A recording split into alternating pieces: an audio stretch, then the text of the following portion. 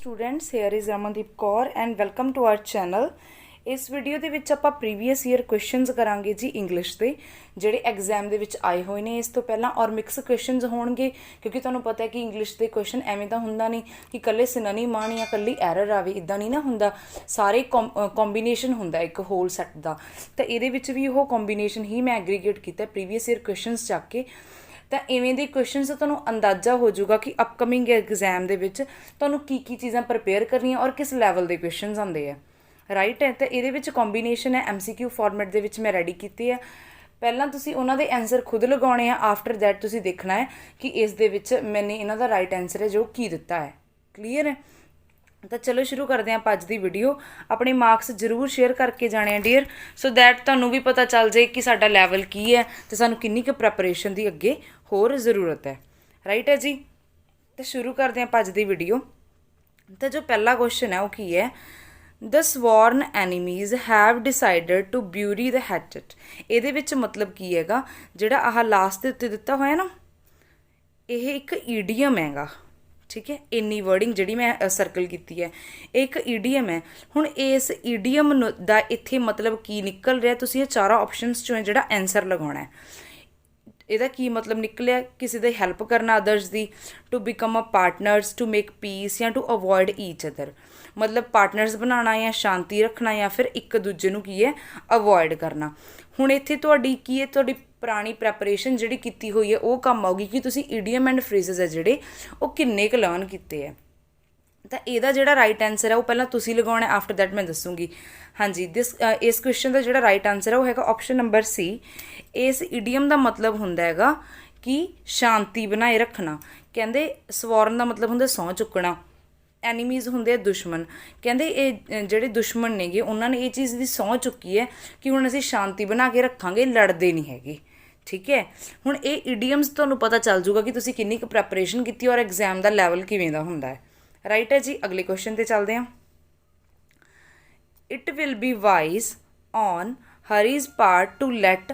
ਹੁਣ ਇਹਦੇ ਵਿੱਚ ਵੀ ਅਗੇਨ ਹੈ ਨਾ, ਜਿਹੜਾ ਮਤਲਬ ਆ ਲੈਟ ਤੋਂ ਸਟਾਰਟ ਹੋ ਕੇ ਆਹ ਇਹ ਸਾਰਾ ਈਡੀਅਮ ਹੈਗਾ। ਇਹ ਤੁਸੀਂ ਹੁਣ ਦੇਖਣਾ ਵੀ ਇਹਦਾ ਜਿਹੜਾ ਰਾਈਟ ਆਨਸਰ ਹੈ ਕੀ ਆਊਗਾ। ਪਾਸਟ ਨੂੰ ਇਗਨੋਰ ਕਰਨਾ ਜਾਂ ਉਹਨੂੰ ਰਿਵਾਈਵ ਕਰਨਾ ਜਾਂ ਰੀਕਲੈਕਟ ਕਰਨਾ ਜਾਂ ਫਿਰ ਰਜਿਸਟ ਕਰਨਾ।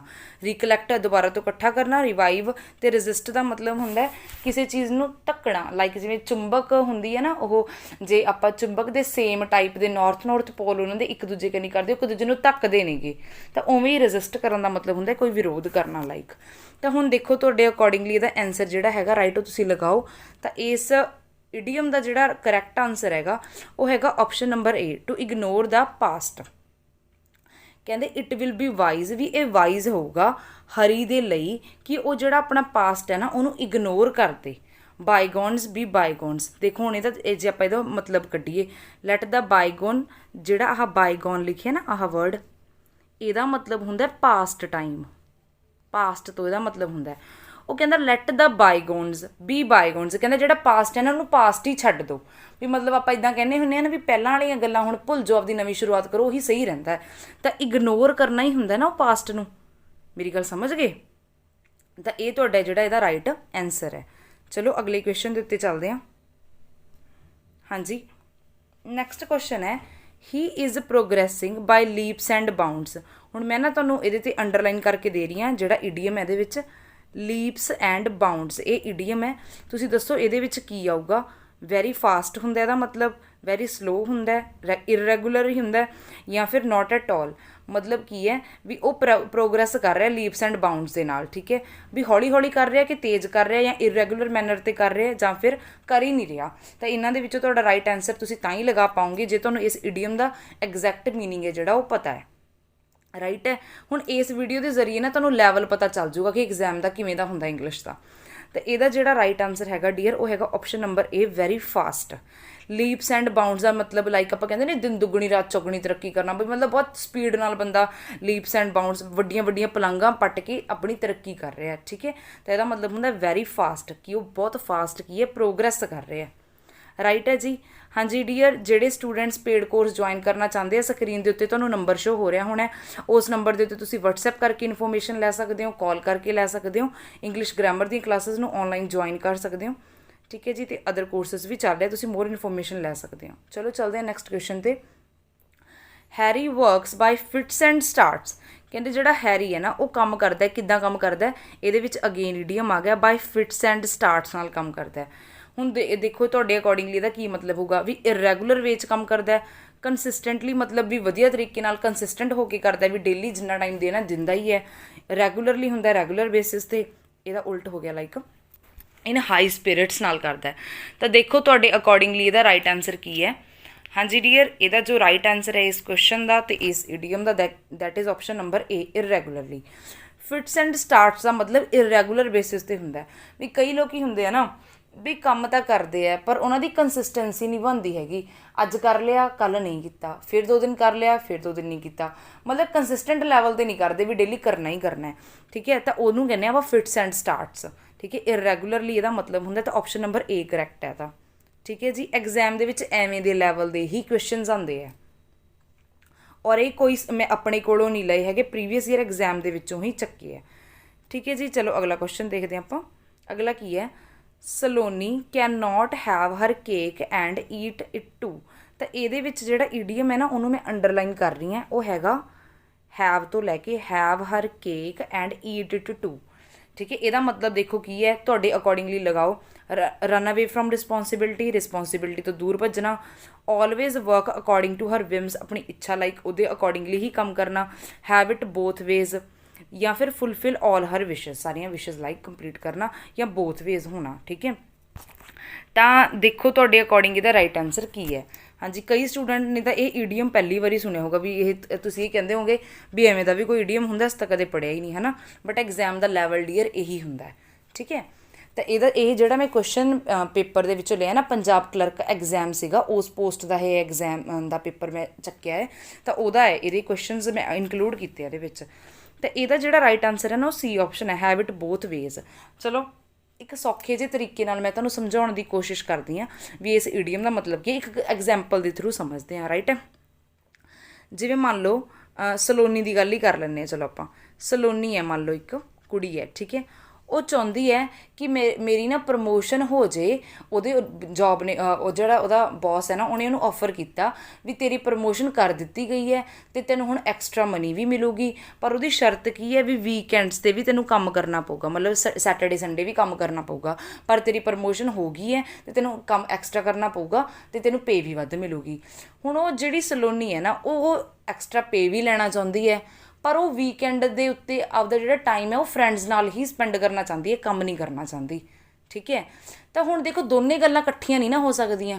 ਜਾਂ ਤਾਂ ਉਹ ਵੀਕਐਂਡ ਸਕਿਪ ਕਰਕੇ ਆਪਦੇ ਫਰੈਂਡਸ ਨਾਲ ਹੀ ਮਨਾ ਸਕਦੀ ਹੈ, ਸੈਲੀਬ੍ਰੇਟ ਕਰ ਸਕਦੀ ਹੈ, ਅਤੇ ਉਹਨੂੰ ਉਨੀ ਸੈਲਰੀ ਮਿਲੂਗੀ। ਜਾਂ ਤਾਂ ਇਹ ਹੋ ਸਕਦਾ ਹੈ, ਜਾਂ ਦੂਜੇ ਪਾਸੇ ਕੀ ਹੋ ਸਕਦਾ ਵੀ ਉਹ ਮਤਲਬ ਜਾਂ ਤਾਂ ਸੈਲਰੀ ਲੈ ਕੇ ਜ਼ਿਆਦਾ ਕੰਮ ਕਰ ਲਏ ਵੀਕਐਂਡਸ ਦੇ ਉੱਤੇ। ਤਾਂ ਦੋਨੇ ਗੱਲਾਂ ਇਕੱਠੀਆਂ ਪੋਸੀਬਲ ਨਹੀਂ ਹੈਗੀਆਂ, ਇੱਕ ਕੰਮ ਹੀ ਹੋ ਸਕਦਾ ਹੈ ਨਾ। ਤਾਂ ਉਦੋਂ ਜਦੋਂ ਆਪਾਂ ਕਹਿੰਦੇ ਹਾਂ ਨਾ ਵੀ ਆਪਾਂ ਦੋਨੇ ਕੰਮ ਇਕੱਠੇ ਨਹੀਂ ਕਰ ਸਕਦੇ, ਇੱਕੋ ਹੀ ਹੋ ਸਕਦਾ, ਤਾਂ ਉਦੋਂ ਇਹ ਈਡੀਅਮ ਯੂਜ਼ ਕੀਤਾ ਜਾਂਦਾ, have her cake and eat it too. ਦੇਖੋ ਜੇ ਤਾਂ ਆਪਾਂ ਵਰਡ ਮੀਨਿੰਗ ਵੀ ਕੱਢੀਏ ਨਾ, ਵੀ ਜਾਂ ਤਾਂ ਆਪਣਾ ਕੇਕ ਖਾ ਲਓ, ਮਤਲਬ ਹੈਵ ਹਰ ਕੇਕ ਔਰ ਈਟ ਇਟ ਟੂ, ਮਤਲਬ ਇਹਦਾ ਜਿਹੜਾ ਮੀਨਿੰਗ ਇਹਦੇ ਤੋਂ ਨਿਕਲਦਾ ਨਾ ਉਹ ਇਹ ਨਿਕਲਦਾ ਵੀ ਜਾਂ ਤਾਂ ਆਪਾਂ ਇੱਕ ਟਾਈਮ 'ਤੇ ਕੇਕ ਨੂੰ ਖਾ ਸਕਦੇ ਹਾਂ ਜਾਂ ਉਹਨੂੰ ਸੰਭਾਲ ਕੇ ਰੱਖ ਸਕਦੇ ਹਾਂ, ਦੋਨੇ ਕੰਮ ਇੱਕੋ ਟਾਈਮ 'ਤੇ ਨਹੀਂ ਹੋ ਸਕਦੇ। ਅਤੇ ਇਹਦਾ ਸੀ ਆਪਸ਼ਨ ਰਾਈਟ ਆਨਸਰ ਹੈ।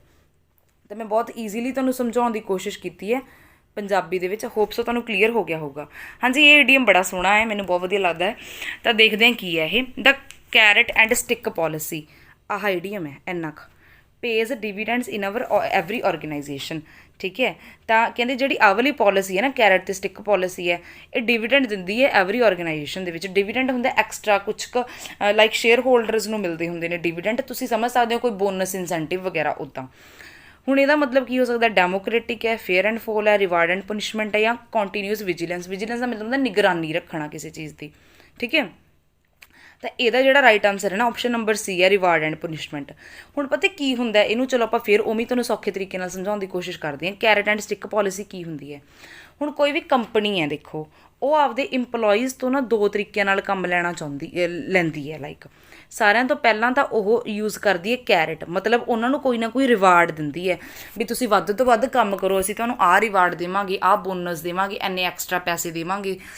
ਜੇ ਉਹਨਾਂ ਨੂੰ ਲੱਗਦਾ ਵੀ ਪਿਆਰ ਨਾਲ ਹਿਸਾਬ 'ਚ ਨਹੀਂ ਆ ਰਹੇ ਵੀ ਅਸੀਂ ਇੰਨੇ ਇਨਸੈਂਟਿਵ ਵੀ ਦੇ ਰਹੇ ਹਾਂ ਫਿਰ ਵੀ ਕੰਮ ਨਹੀਂ ਚੱਜਣਾ ਕਰ ਰਹੇ, ਫਿਰ ਉਹ ਦੂਜਾ ਹਥਿਆਰ ਅਪਣਾਉਂਦੇ ਆ, ਕਿਹੜਾ, ਸਟਿੱਕ ਵਾਲਾ ਮਤਲਬ ਸੋਟੀ ਚੱਕਣ ਵਾਲਾ ਹੈ ਨਾ, ਲਾਈਕ ਪਨਿਸ਼ਮੈਂਟ ਦਿੰਦੇ ਆ। ਫਿਰ ਪਨਿਸ਼ਮੈਂਟ ਇਨ ਦਾ ਕੇਸ ਤੁਹਾਡੇ ਪੈਸੇ ਕੱਟ ਲਏ ਜਾਣਗੇ ਜੇ ਟਾਈਮ 'ਤੇ ਨਹੀਂ ਕਰੋਗੇ ਕੰਮ ਜਾਂ ਟਾਈਮ 'ਤੇ ਨਹੀਂ ਆਉਂਗੇ। ਤਾਂ ਕਹਿਣ ਦਾ ਮਤਲਬ ਕੀ ਹੈ, ਕੈਰਟ ਐਂਡ ਸਟਿੱਕ ਪੋਲਿਸੀ ਦਾ ਮਤਲਬ ਵੀ ਜਾਂ ਤਾਂ ਪਹਿਲਾਂ ਅਗਲੇ ਨੂੰ ਕੈਰਟ ਲਾਈਕ ਲਾਲਚ ਦੇ ਕੇ ਦੇਖੋ ਵੀ ਜੇ ਕੰਮ ਕਰਦਾ, ਜੇ ਫਿਰ ਵੀ ਨਹੀਂ ਹਿਸਾਬ 'ਚ ਆਉਂਦਾ ਫਿਰ ਉਹਦੇ ਸਟਿੱਕ ਲਾ ਕੇ ਲਾਈਕ ਉਹ ਤੋਂ ਕੰਮ ਕਰਾਓ। ਤਾਂ ਰਿਵਾਰਡ ਐਂਡ ਪਨਿਸ਼ਮੈਂਟ ਪੋਲਿਸੀ ਹੁੰਦੀ ਹੈ ਇਹ। ਠੀਕ ਹੈ, ਮੇਰੇ ਹਿਸਾਬ ਨਾਲ ਤੁਹਾਨੂੰ ਸਮਝ ਆ ਗਿਆ ਹੋਊਗਾ। ਦੇਖੋ ਐਗਜ਼ਾਮ ਦੇ ਵਿੱਚ ਆਇਆ ਹੋਇਆ ਅਤੇ ਬਹੁਤ ਵਧੀਆ ਈਡੀਅਮ ਹੈ ਇਹ, ਇਹਨੂੰ ਯਾਦ ਰੱਖਿਓ। ਅਗਲਾ ਦੇਖਦੇ ਹਾਂ, identify the part of sentence which has N error.